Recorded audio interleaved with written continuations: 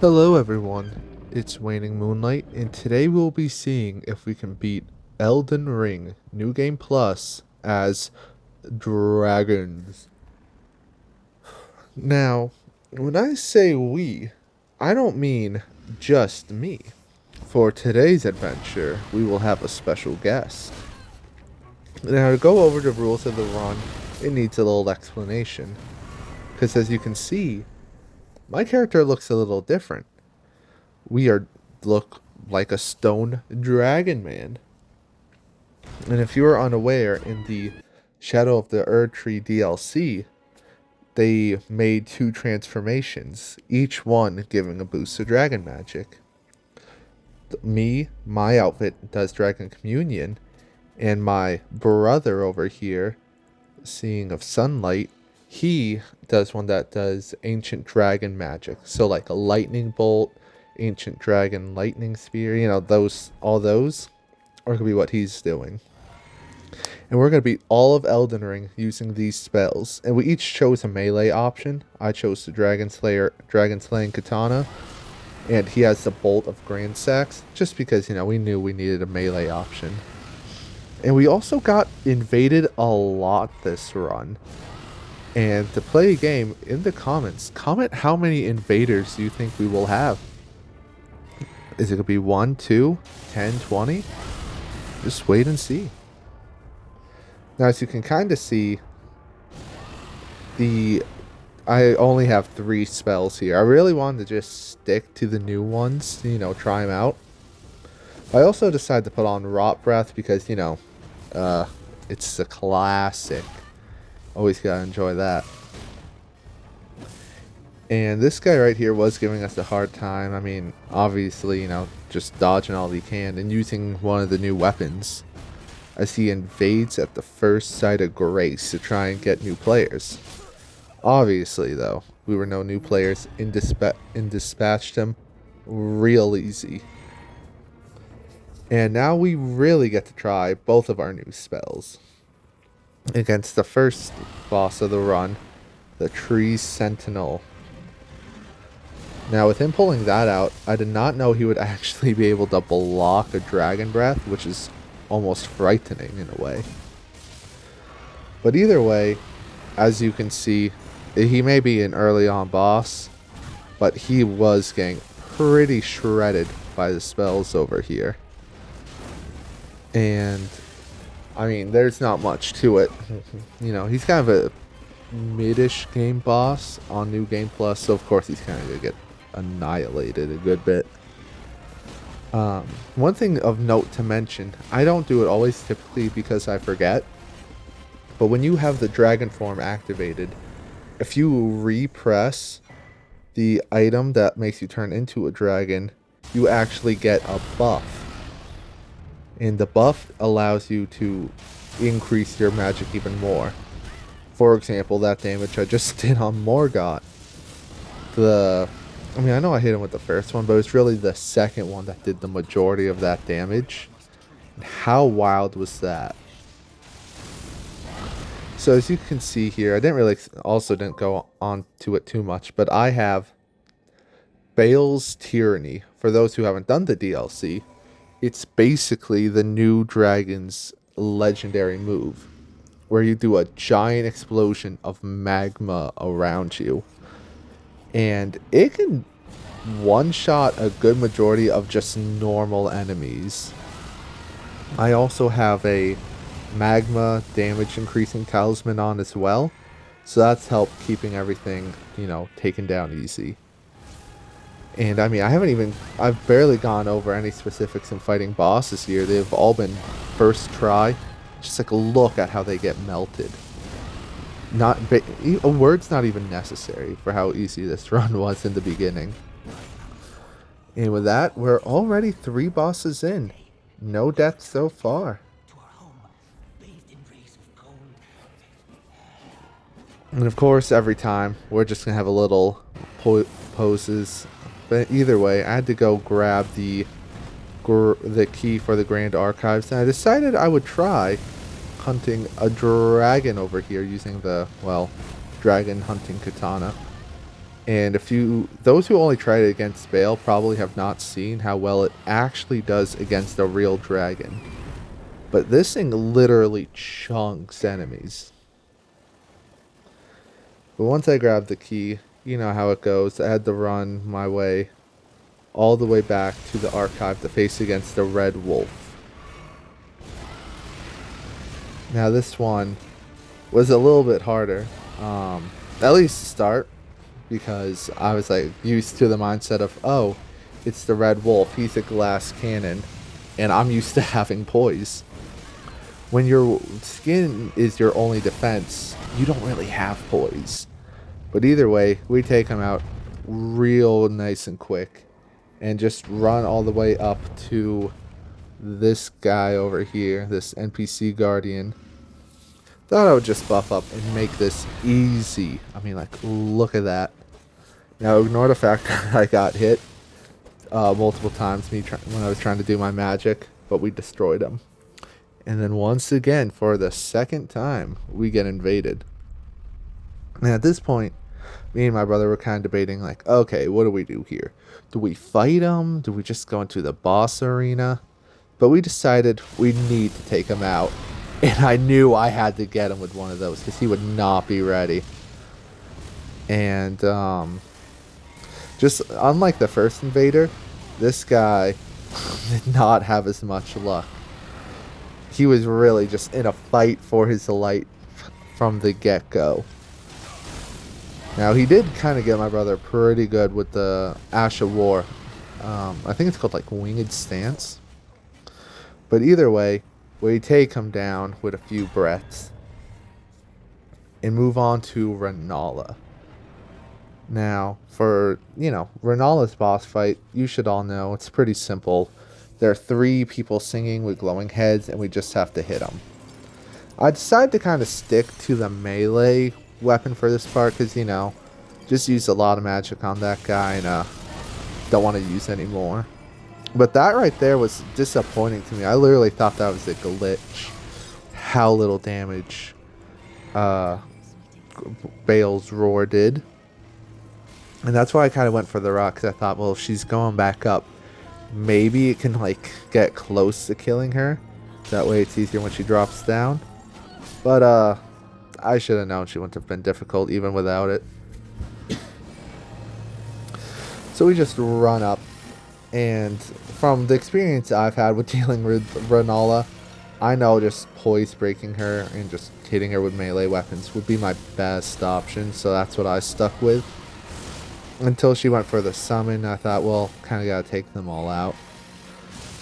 And, I mean, as you can see, a poise break for the win. And this run so far, once again, no deaths, super easy. And we get invaded again by this guy using 2 whips. Now that one may have seemed like I missed, but I was aiming for the bats there, don't worry. And we take that man down real easy, and we make our way onto Magma Worm Makar. Now, this is the first dragon fight my brother was here for.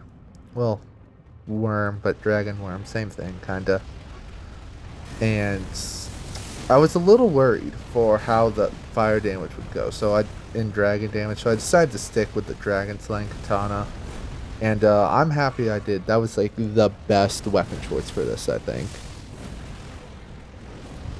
And I thought I had a poise break there, but one more hit, and with a lightning area, he was taken down. And then we were chilling here. We just beat that second Morgoth summon, and we got invaded again. And we did some dragon breaths and chased after him a good bit. Now, he actually had a build meant for PvP, which was worrying at first. Then you remember, it's kind of hard to just dodge a wave of ice. So we just keep on running. And by the way, we made it here. We fought the gargoyle on the stairs. We fought the invader, no rest, no breaks. We make our way up to the Draconic Tree Sentinel. We buff up, and we get ready. and decided to go for the Frost. For those who have not used it yet, the Ghost Flame Dragon does build up frost damage, which is, pretty handy. I know there's the Glacial Dragon, but I don't know, I prefer the Ghost Flame one a little bit more, personally. I don't know if it scales differently, does more or less damage, but I don't know. I just picked it up as we took him down. Now, sadly, I was the only one on New Game Plus. My brother was on a regular save file, so he was at the Ashen Capital, which meant I kind of had to do this segment on my own, so I'm just kind of rush through it. I take down Golden Godfrey, and this man was destroyed in literal seconds. I mean, just watch that damage right there.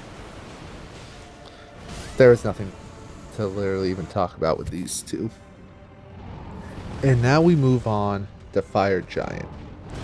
Now this was the boss I was honestly the most worried for. And the reason why I even thought like, hey, probably need a melee weapon. Because I'm used to fighting this man. Like my last few runs are always on New Game like +2, 3, 4 or whatever. And with 3 people, play with my friends, we max out the party. So it's like, okay, we're in for a long fight. But when I do those, I'm typically using the Moonlight Greatsword or just a regular strength weapon. So I forgot the beauty of the Rot and Frost status effect. And also, not having as many people really helps lower how much damage he even has. So for a risky play, I know, I went underneath him, found a good spot, and decided to rot him while he did his phase-changing attacks. I thought, hey, if he could be rotted, that'll just, in general, make life easier, I went and I tried, I got phase 1, and when you get 1 charge, typically the stats effect's harder to build up next time. But either way, I kind of ran out of magic, so I was like, it's fine, either way, if he gets rotted or not. And we take him down. And once again, that was just easy. I also didn't show it there, but we were invaded right as the boss fight started, so mark that down as another invasion taken out. And so I summon him, and we are making our way to the ancient dragon over here. Now this one was a little bit harder because my brother's build, the Sunseer, is all lightning, and you would be shocked to know that lightning versus a lightning dragon is not the most damage. And I couldn't really go for Bale's Roar because they also do fire, so guess how good fire damage would be. So I was stuck to Rotting and Frost Dragon, which wasn't the worst setup we had going. But a little bit later, we take him out and we keep going. Now we get invaded again. And at this point, I was like talking to my brother, I'm like, hey, where are you? We're being invaded, and he didn't say a word. And so I'm freaking out, like an invader gonna kill him or he's gonna kill me, whatever. But I was able to take him down on my own and make my way to the Godskin Duo. And this was one my brother was worried about. When rightfully so, for those who know the build.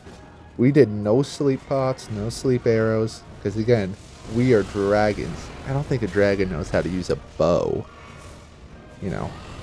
And luckily, with the dragon heads, was able to get a pretty good range on them. And as you can kind of see, I can use the cover a little bit. And so we took down, or we kind of separated them to do our best work first. And we weren't able to stop the resummon, but we were able to just take them down before they were both on us again. And honestly, this was probably 100 times easier than anybody would have expected. No deaths. Just easy fighting these two. Sadly, ran out of magic for the last one. So I kind of had to lock in with the weapon over here. But with one more use of the Ash of War, they are done. Now, at this point, I should mention, the only deaths we've had, there's not been like one death to a boss. The only time I died was like once I jumped and fell off a cliff. And after fighting the dragon for the Lunarian key, I turned a corner and there was an enemy right there already ready to stab me. Wasn't ready for it. But I'm pointing this out because Malekith is the last of the easy bosses, if you would believe it or not. But we take down the Draconic Tree Sentinel and unsummon just, gotta get the flasks back.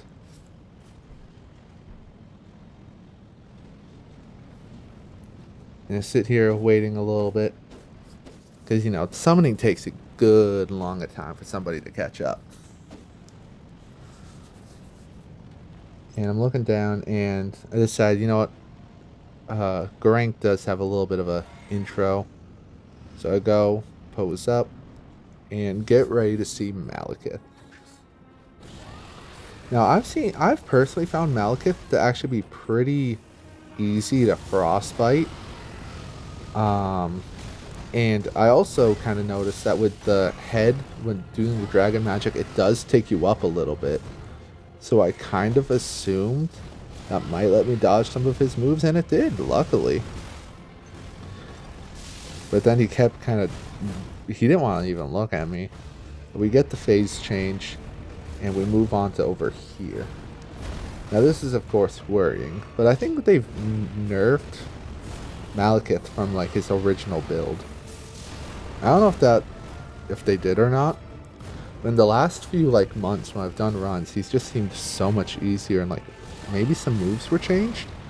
If that happened, somebody let me know because I am curious. Either way, I got the rod off, and with constant lightning and dragon blades, I mean, he was going down. But I needed a Bale roar to finish him off, just for the style,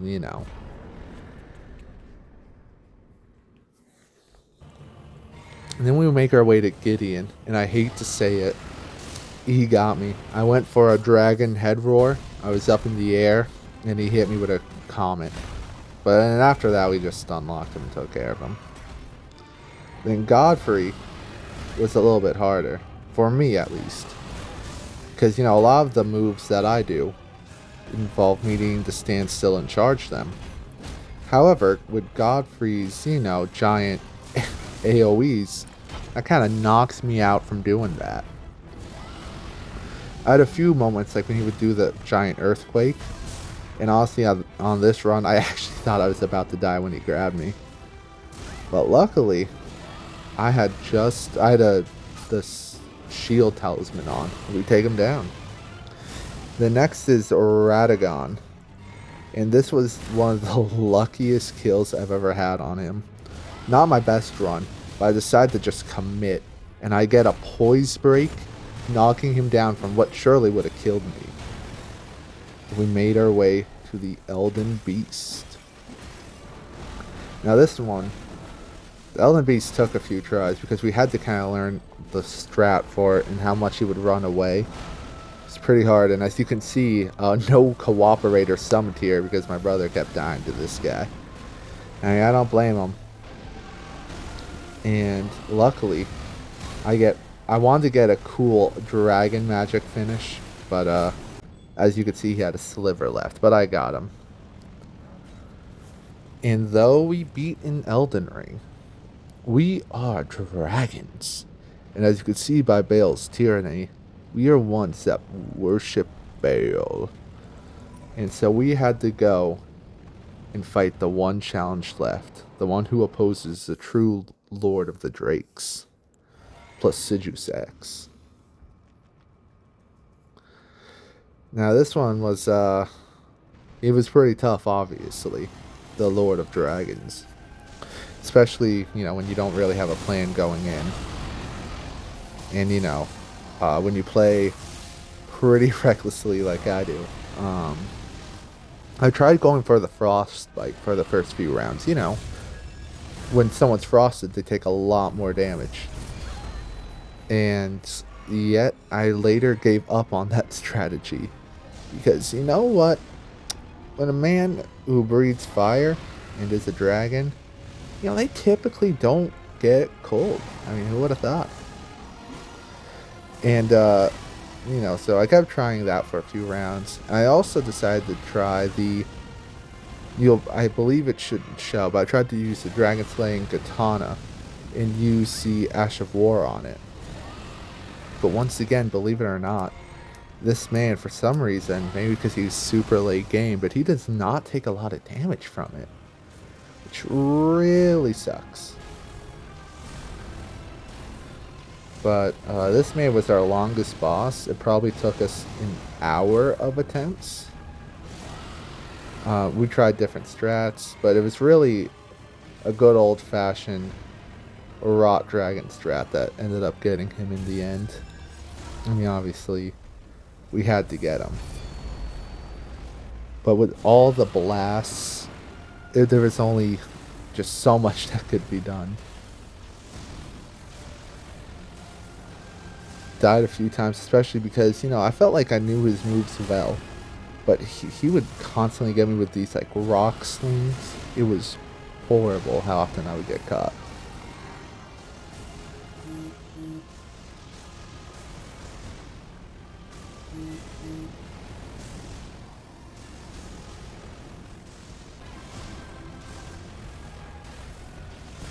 But while we're fighting him, I wanted to say thank you all so much for watching this video.